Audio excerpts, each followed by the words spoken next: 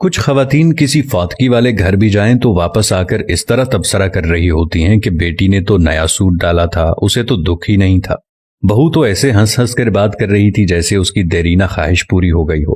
کوئی زیادہ رو رہا ہو تو اعتراض، کوئی صبر کر کے بیٹھا ہو تو مسئلہ، گھر صاف ہو تو تبصرہ، صاف نہ ہو تو تنقید۔ تمہیں کس نے حق دیا ہے دوسروں کو جج کرنے کا؟ کسی کا جوتا پہن کر جب تک خود نہ چلو تب تک اس کے چلنے پر اعتراض نہ کرو۔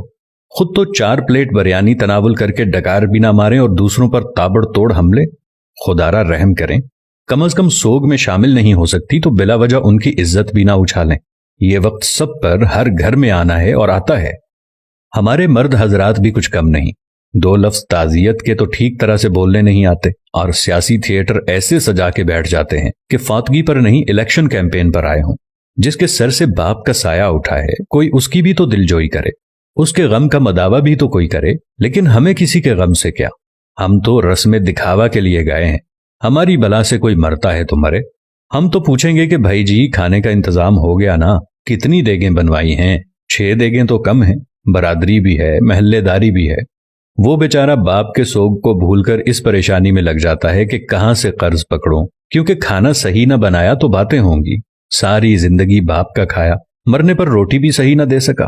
ہمیں سوچنا ہوگا کہ کون لوگ ہیں ہم۔ مسلمان تو دور، کیا ہم انسان بھی ہیں؟ جانوروں کا بھی کوئی مر جائے تو وہ ایسے دعوتیں نہیں اڑاتے، اور اشرف المخلوقات کا تاج پہن کر حیوانیت کی ساری حدیں عبور کر جانا کہاں کی انسانیت ہے؟ میں نے میت کے گھر میں ایسی آوازیں بھی سنی ہیں، جو دیگ پر بانٹنے میں لگا ہوتا ہے اسے کہا جاتا ہے ذرا پلیٹ میں 4 بوٹیاں زیادہ ڈال دینا، وہ داماد بھی آیا ہے تو اسے کھانا دینا ہے۔ وہ بیٹی جو ماں یا باپ کی میت پر رو رو کر ہلکان ہو رہی تھی، جیسے ہی جنازہ اٹھتا ہے تو وہ سارا غم پس پشت ڈال کر کھانا تقسیم کرنے میں لگ جاتی ہے کہ سسرال والے بھی آئے ہیں، انہیں کھانا نہ ملا تو ساری زندگی باتیں سننے کو ملیں گی کہ تیرے باپ کی میت پر تو ہمیں کھانا بھی نہیں پوچھا کسی نے۔ میں نے اس بات پر بھی تبصرے سنے ہیں کہ سالن میں تو تری یعنی گھی ہی نہیں تھا، ہماری پلیٹ میں تو بس شوربہ ہی آیا۔ ہم بحیثیت معاشرہ ظالم بن گئے ہیں۔ خوشیاں تو کجا، ہم نے مرگوں کو بھی اپنے شریکے پورے کرنے کے لیے ایونٹ بنا لیا ہے۔ جب میں کہتا ہوں الہی میرا احوال دیکھ، حکم ہوتا ہے بندے ذرا نامہ اعمال دیکھ۔ کچھ سوال آپ کے ضمیر کے دروازے پر چھوڑ رہا ہوں۔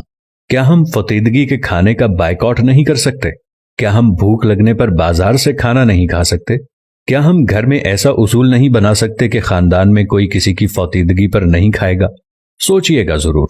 اگر میری کسی بات یا عمل سے کسی بھائی یا دوست کو کچھ ناگوار گزرا ہو تو ان سے نہایت ادب و احترام سے معذرت۔ اب یہ ہم پہ ہے کہ ہم اس بات کو آگے پھیلاتے ہیں کہ محض ایک ویڈیو دیکھ کر گزار دیتے ہیں۔ بات مناسب لگے تو ایک لمحہ ضائع کیے بغیر شیئر کر دیجیے گا تاکہ اصلاح کا یہ سلسلہ جاری و ساری رہے۔ جزاکم اللہ خیر۔